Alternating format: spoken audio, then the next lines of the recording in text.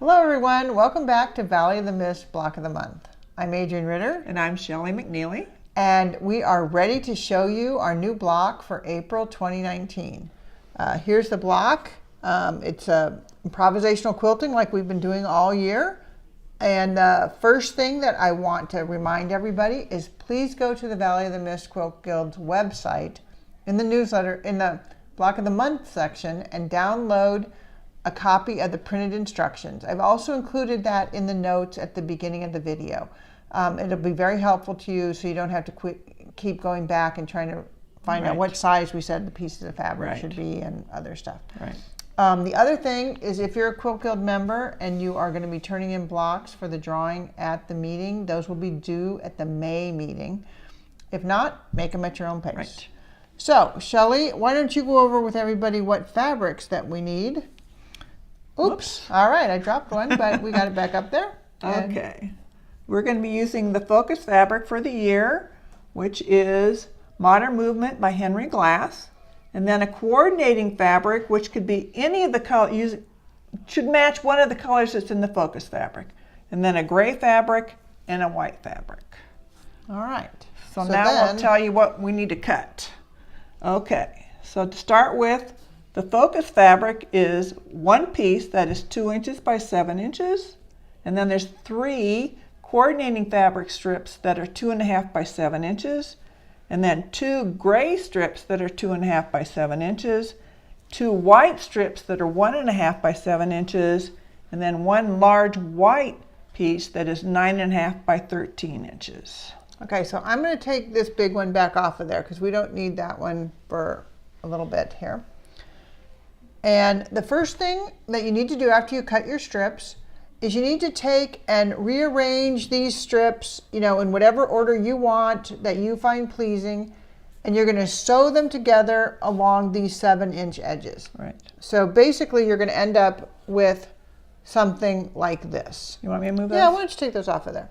So, so then you're going to end up, after you've arranged them, with this piece of fabric all sewn together. I was trying not to get the same fabric at either end, but it just ended up that I did. Yeah. But any order is fine. We do suggest that you don't put the focus fabric in the middle because when we're going to have, after you sew them together, you're going to cut them apart again, and we're going to have you turn them. And if it's in the middle, then it doesn't look like these are actually, this piece is flipped from these two.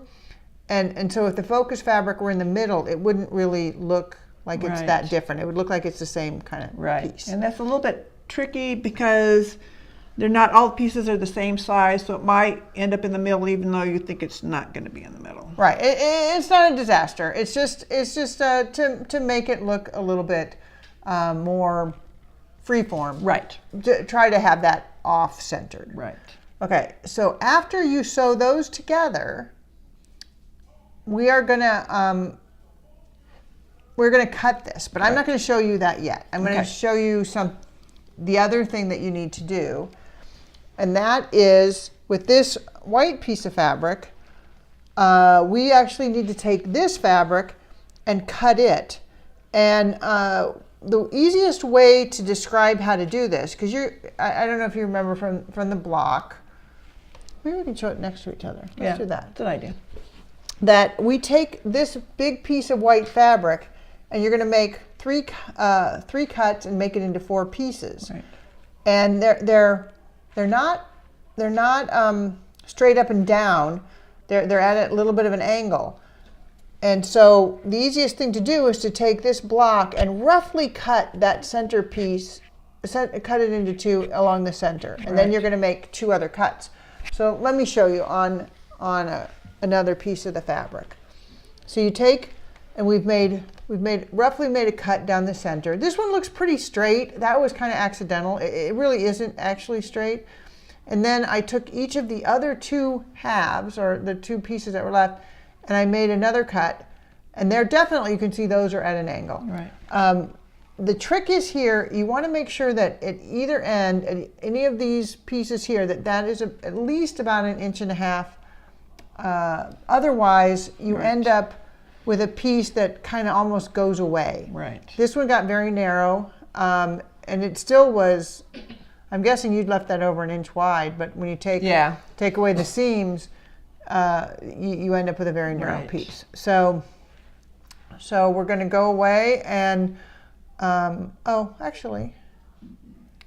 Well, we've got that ready, but we don't have this ready. We don't have this ready, so let's describe that. Okay, so Shelley, what do we do once we have this sewn together? We need to cut this into 3 pieces. So I suggest cutting about a 2 and a They don't have to be exactly even, because that's a tricky measurement, because this is 7 inches wide. So cut a strip off of here that's 2 1/4 inches. Then with the remaining piece, I folded it like this, made kind of a crease here, and then I just cut down that crease. So that's how you end up with 3 pieces. Yeah, these pieces here that we cut of these 7-inch strips. They're roughly straight up and down. Right. You don't have to be super precise. Right. They don't have to be straight up and down, but keep them roughly that way. Right. And by the way, the one thing I forgot to mention, when you make this strip, if you're worried of whether it's big enough, it says it in the instructions, but after you sew these together, you should have about 14-inch long piece of fabric. Right in there. If it's that long, then you're fine. Yes, that's plenty. Everything's fine. Yeah. Okay, so we're gonna go and cut this into 3, and then we will show you the next step. Right.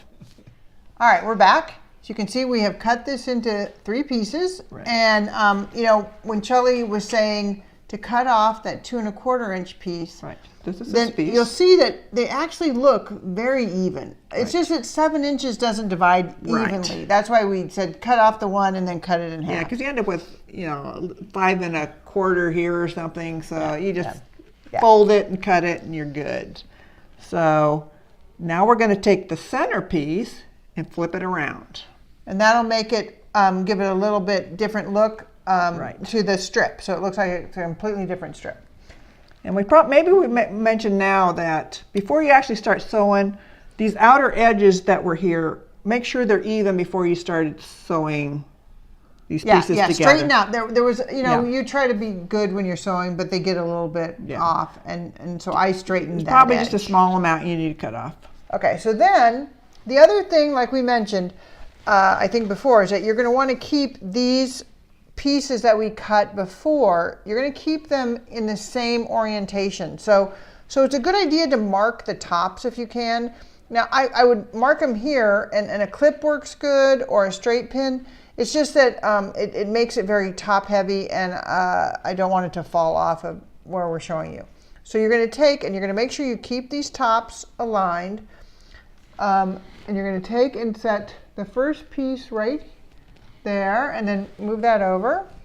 And then we're going to set the second piece, and move the next one over. And then here's this piece.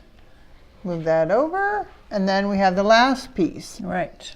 And Shelley learned the hard way about how important it is to keep those oriented, and maybe take something like a cutting mat or a board and lay the pieces on there, and so you keep them in the right order after you've marked them, so that even when you're sewing them together, keep them in that right order. Sew a pair together, and then sew the next pair together, but keep them in order, or else you're going to have, you might end up with trouble at the end. I mean, if you sew them together and you think you've got something wrong, and at the end you can lay your 12.5-inch square ruler on there, and you can still get a block out of it. Don't worry about it. That's fine. Right. It's just with these angled cuts, you could find that your pieces are too little. And another thing is, when we go to sew these together, just realize these aren't the same length. Yeah, those are, remember we said you'd have 14 inches of the piece together, and this, when we cut it out, was 13.5. So you need, make it kind of even on there when you sew it, so that you give you plenty of extra on either end, so when you're in the final cut, you got room, you got plenty of fabric there. Yeah, so put the extra of these. These are the pieces that are going to be longer. Right. Put that little bit, about a 1/4 inch extra. Right. At either end. Right. shouldn't it be? Yeah. Yeah, Something I think so. like that. Yeah. And then we're going to sew these together. And actually, the one thing I want to mention right now is that normally when we press it, we like to press to the darker fabric. But this has a lot of seams. So you're going to actually press this to the white. Yeah. And I would recommend, unless you're very careful, do all your pressing at the end. If you're very careful and can keep them in order, do it as you go. Right. But if you're not sure, then do it at the end. Yeah. And we are going to sew this together, and then we will show you the almost finished block. Good luck. We'll be right back. All right, we're back. All right, we've sewn together all of the pieces. Right. And you can, Shelley, show them what you were talking about. See how these are. This part is I'll lift it up a little bit. longer. You see, I tried to center them. Hopefully you can see that. There's a little extra of the piece strips at either end. Right. And when we put the 12.5-inch square up ruler that we use every month on there, you can see there's plenty of extra. So now she can move it now, around and cut it how you want. Yeah, so now what we're going to do is we're going to go away and we're going to cut this, and I can turn it however I want, you know, take it to an extreme edge if I want, whatever you like. Just however you like. Yeah. You know, I'm always drawn to making it look as distorted as I can. Oh. But you can make it look more straight. Well, because we're not trying to do these straight, and that's kind of the fun of this, is they don't have to be straight. Right. So, all right, so we're going to go and cut this, and we'll be right back with the finished block. All right, we're back with the final block. right. You know, normally we put the ruler on it, but we're not show you. I just cut it. This is a 12-inch, Right. 12.5-inch square. But one thing that I did forget to mention before we cut it, but I noticed when I was cutting it, is I actually angled the ruler so that I kept these pieces so they didn't get too little, the one Shelley's pointing at. I made sure those were at least an inch. Right. And that's up to you how you want to do it. If you really like the block different, or if for some reason it got weird and you don't have that much room to play with, it's okay. it's okay. It's just if you make it too little, when they get sewn to the next block, you could lose some of that. It's just a little bit harder. I shouldn't even say harder. It's just you more seam there is all. Right. Yeah. Right. So so as you can see, Shelley, put your block up against there. I mean, these blocks are obviously different but similar. They just look beautiful. I am very excited about this block. I think I want to make a whole quilt with this block. I just really like it. I like it, yeah. Okay, so thank you all for joining us again this month. Right. And we'll see you next month. Yeah. Hopefully we'll have figured out the block by then. We don't have one ready yet. Okay, see you then. Bye-bye. Bye.